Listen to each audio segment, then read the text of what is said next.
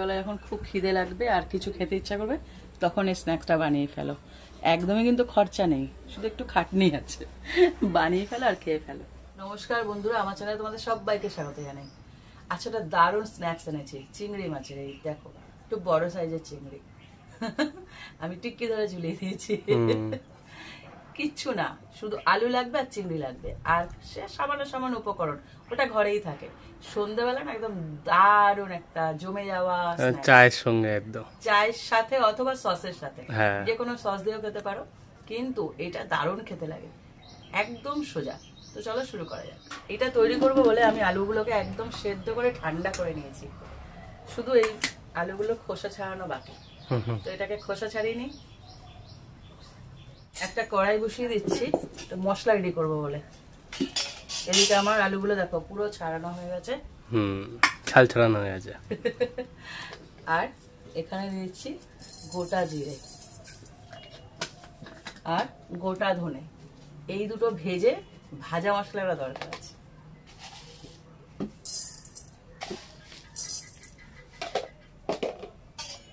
হালকা ভেজে নেব। ধনে আর জিরেটা ভাজা হয়ে গেছে। এইবার এটাকে শিলনোড়ায় নিয়ে নেব, এটাকে গুঁড়ো করতে হবে।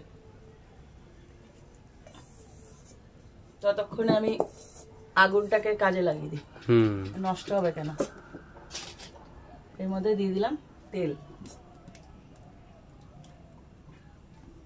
তেলটা প্রায় গরম হয়েই রয়েছে, কারণ কড়াইটা তো গরম। এর মধ্যে দিয়েছি পেঁয়াজ কুচি।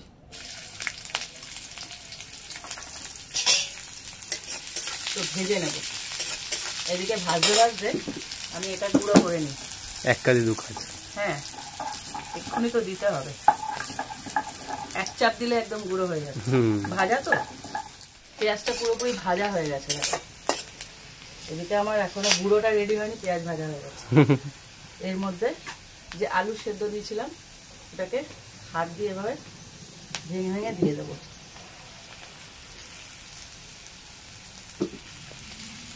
এগুলো ভাজা হবে। আলুটাই মেন, যে পুরটা মানে পুর বলতে যেটা দিয়ে মানে চিংড়ি মাছটাকে একদম তৈরি করব, এটাই তো আসল।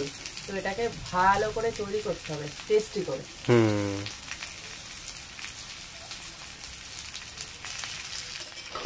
এইবার এটাকে উল্টে পাল্টে দেবো। এর মধ্যে সমস্ত মশলা এখনই দিয়ে দেবো। প্রথমে দিয়ে দিচ্ছি লবণ,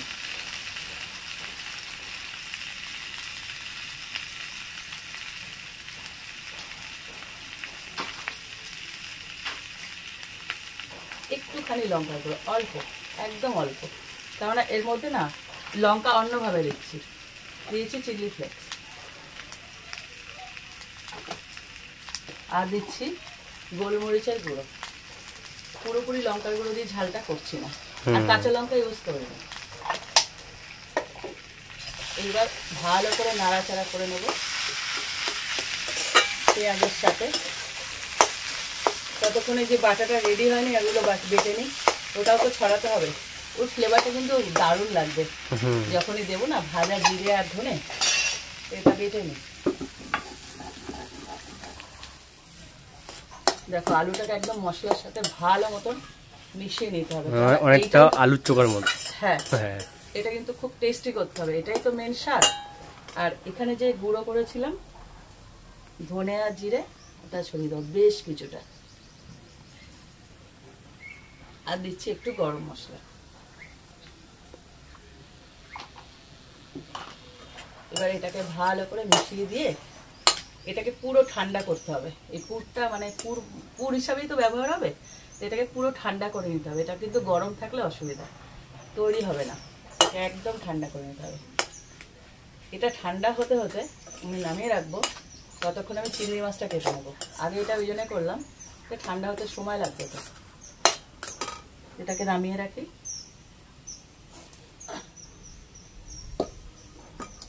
আর এদিকে চিংড়ি মাছটা কেটে নিই।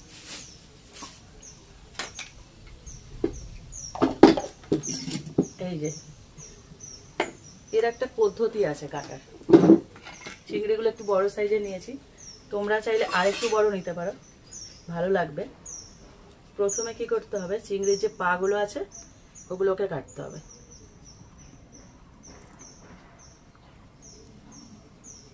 আর মাথাটাকে পুরো নিয়ে নিতে হবে। আর এখানে যে মাথার সাথে যে ছোট ছোট পা থাকে ওটাও ফেলে দিতে হবে। আর খোসাটা ছাড়িয়ে,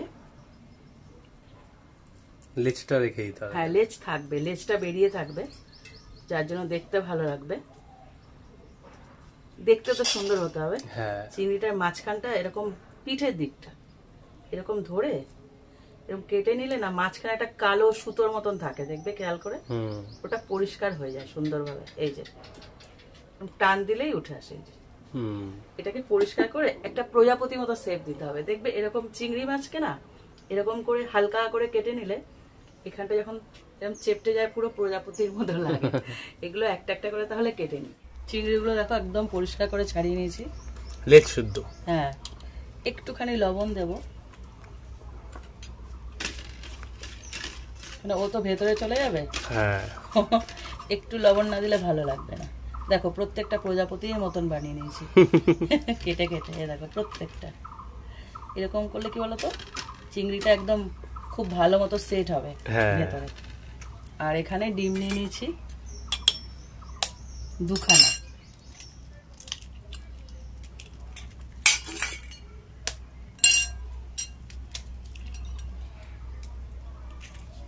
এক চিমটে লবণ দেবো, এক চিমটে। এবার ডিমটাকে ফেটিয়ে নেবো পুরো। দেখো পুরটা একদম ঠান্ডা হয়ে গেছে। এবার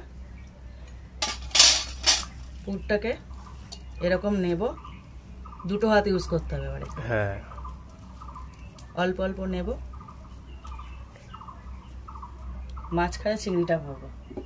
আমাদের এখানে না খুব মাছি, ওই জন্য ঢাকা দিয়ে দিয়ে রাখবো। হ্যাঁ, দেখো মাছ মাংস এগুলো করলেই মাছি আসে।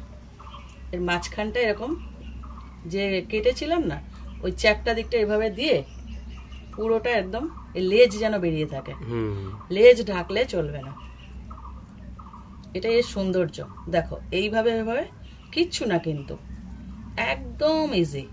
এইভাবে গড়ে নিলাম। এবার ডিমের গোলায় ডুবিয়ে নেব।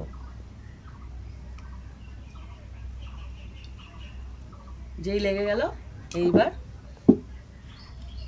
এই হাতটা দিচ্ছি না, এটাকে ভালো করে কোট তৈরি করতে হবে।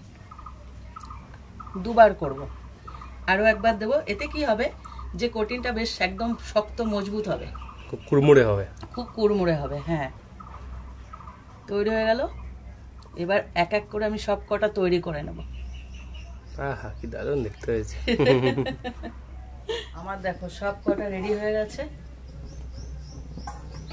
আর এদিকে আমি কড়াই বসিয়ে দিই। ধোয়া হচ্ছে কেন? কাঠটাই এরকম আজকে।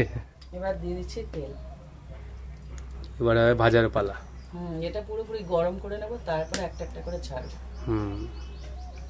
তেলটা গরম হয়ে গেছে, এবার একটা একটা করে ছাড়বো।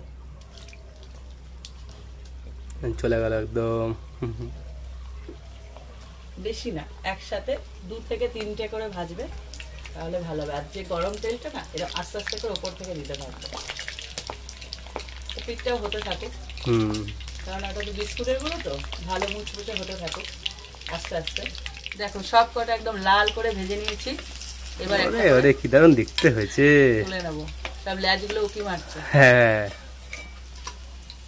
ব্যাপক দেখতে হয়েছে। কোটিংটা কি সুন্দর হয়েছে ডাবল কোট দেওয়ার জন্য, একদম পারফেক্ট হয়েছে। মন ভরে গেল পুরো। তো এগুলো হতে থাকুক। তোমরা, আমি রেসিপিটা এখানে শেষ করলাম। হ্যাঁ, আমি আর সামলাতে পারছি না। আশা করি তোমাদেরও খুব ভালো লাগছে। এই রেসিপিটা চিংড়ির লালিপপও বলতে পারো, কারণ ওর লেজ বেরিয়ে আছে, যেমন ভাবে চিকেনের লেজ বেরিয়ে থাকে। যা খুশি, তবে এই রেসিপিটা একবার হলো বানিও। এই স্ন্যাক্সটা কিন্তু খুব খরচ সাপেক্ষ নয়। কটা একটু বড় সাইজের চিংড়ি মাছ হলেই হয়ে যাবে। আর আলু তো সবার ঘরেই থাকে, তেলও সবার ঘরে থাকে, সবকিছু থাকে, ডিমও ঘরে থাকে। এই রেসিপিটা বানিয়ে সন্ধ্যাবেলা খেয়ে আমাকে কমেন্ট করো কেমন লাগলো। এটা শেয়ার করো, আর ভালো লাগলে লাইক দিও। আর এরকম আরো রেসিপি পেতে আমার চ্যানেলটা সাবস্ক্রাইব করে দিও। তো আজকের মতন টাটা।